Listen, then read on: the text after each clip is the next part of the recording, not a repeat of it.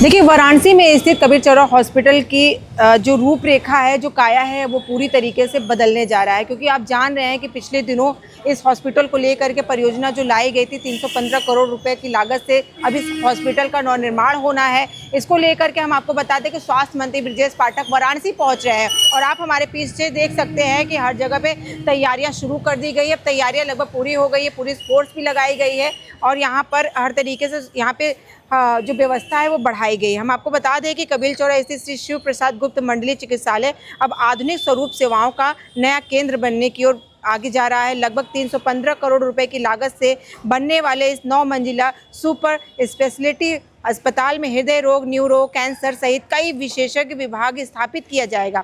इसके अलावा 50 से अधिक आईसीयू बेड, 100 से अधिक यहाँ पर एसडीयू बेड और साथ ही आधुनिक डायलिसिस यूनिट और मातृ एवं शिशु चिकित्सा की उन्नत सुविधाएं भी उपलब्ध होनी है। स्वास्थ्य मंत्री ब्रजेश पाठक आज परियोजना का निरीक्षण कर निर्माण कार्य और तैयारियों की समीक्षा भी करेंगे।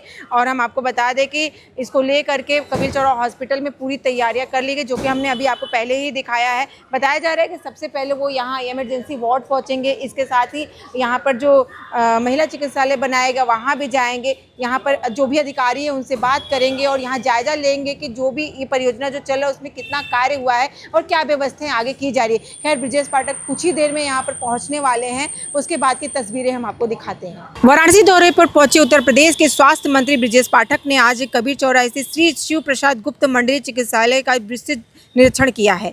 इस दौरान उन्होंने अस्पताल को सुपर स्पेशलिटी अस्पताल के रूप में विकसित किए जाने की परियोजना की समीक्षा की है और मीडिया को इसकी विस्तृत जानकारी भी दी है। मंत्री ने बताया कि करीब 315 करोड़ रुपए की लागत से बनने वाले इस अस्पताल में मरीजों को अत्याधुनिक स्वास्थ्य सुविधाएं उपलब्ध कराई जाएंगी। आपको बता दें कि निरीक्षण के दौरान स्वास्थ्य मंत्री ब्रजेश पाठक ने अस्पताल के विभिन्न व्यवस्थाओं का जायजा लिया। उन्होंने बताया है कि नई परियोजना के तहत अस्पताल को 9वीं मंजिला सुपर स्पेशलिटी हॉस्पिटल के रूप में विकसित किया जाना है, जहां पर हृदय रोग, न्यूरो, कैंसर सहित कई सुपर स्पेशलिटी विभाग, 50 से अधिक आईसीयू बेड, 100 से अधिक एसडीयू बेड, आधुनिक डायलिसिस यूनिट और मातृ एवं शिशु चिकित्सा जैसी उन्नत सुविधाएं उपलब्ध कराई जाएंगी। इस दौरान स्वास्थ्य मंत्री ने अस्पताल में भर्ती मरीजों से मुलाकात कर उनका हालचाल भी जाना, उन्हें मिल रही चिकित्सा सुविधाओं के बारे में जानकारी ली। उन्होंने अधिकारियों को निर्देशित भी किया है कि मरीजों के इलाज में किसी भी प्रकार की लापरवाही न बरती जाए और अस्पताल में बेहतर स्वास्थ्य सेवाएं सुनिश्चित की जाए। दौरा किया आज वाराणसी में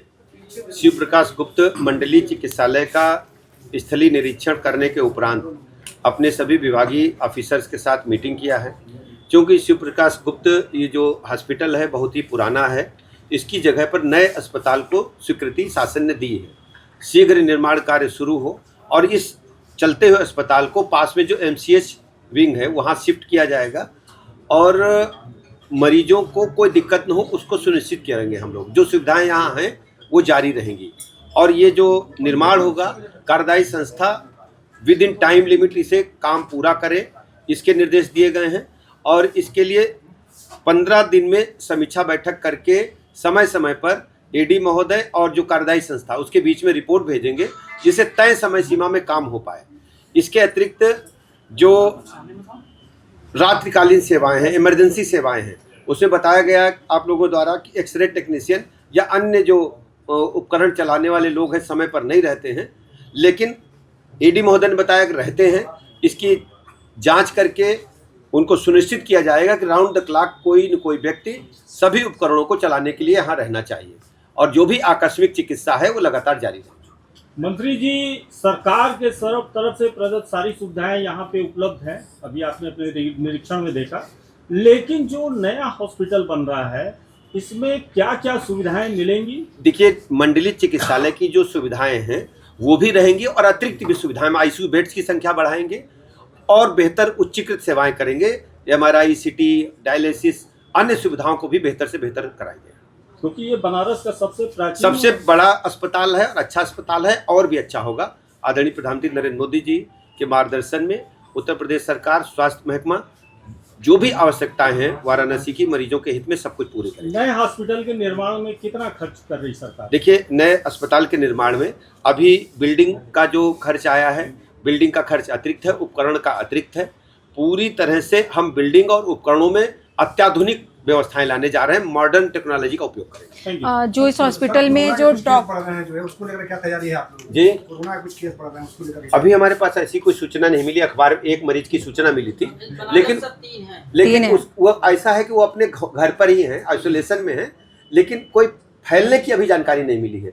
सतर्कता के साथ हम जांच कर रहे हैं। मरीज को आइसोलेशन में अभी घर पर ही रखा गया है। यहाँ पे जो डॉक्टर्स हैं और जो विशेषज्ञ हैं सर बाहर के, इसकी जो स्वीकृति है 315.48 करोड़ रुपए खर्च होगा भवन का। टोटल प्रोजेक्ट का हाँ, अभी 315.48 करोड़ रुपए है। और इक्विपमेंट का इक्विपमेंट्स का अतिरिक्त है, उस समय जो भी रेट होगा उस हिसाब से हम बताएंगे। थैंक्स। नहीं, जो यहाँ पद सृजित हैं उन सबको हम भरेंगे, और यदि फिर भी कोई आवश्यकता रहती है तो जिलाधिकारी महोदय और सीएमओ महोदय को इस बात का अधिकार है वॉक इन इंटरव्यू के माध्यम से लोकल स्तर पर तैनाती करें। एक छोटा सा सवाल और आ रहा है सर कि क्या जब भी निर्माण कार्य होगा उस दौरान मरीज भी बहुत से एडमिट होंगे, उस दौरान क्या होगा? अभी हम पास में एमसीएच विंग है, वहाँ हम इस अस्पताल की फंक्शनिंग को शिफ्ट करेंगे, वहाँ ये सारे इलाज और सारी व्यवस्थाएं चलती रहेंगी।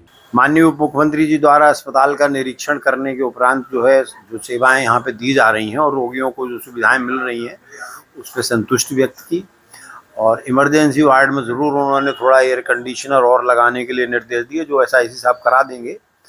बाकी जो नया जो सुपर स्पेशलिटी हॉस्पिटल 500 बेड्स का बनना, उसके बारे में जानकारी ली, और उसमें कोई भी अगर दिक्कत आती है उसके कंस्ट्रक्शन में बिना सुविधाएं बाधित किए हुए जो दी जा रही हैं सुविधाएं वो सब एज इट इज़ दी जाती रहेंगी।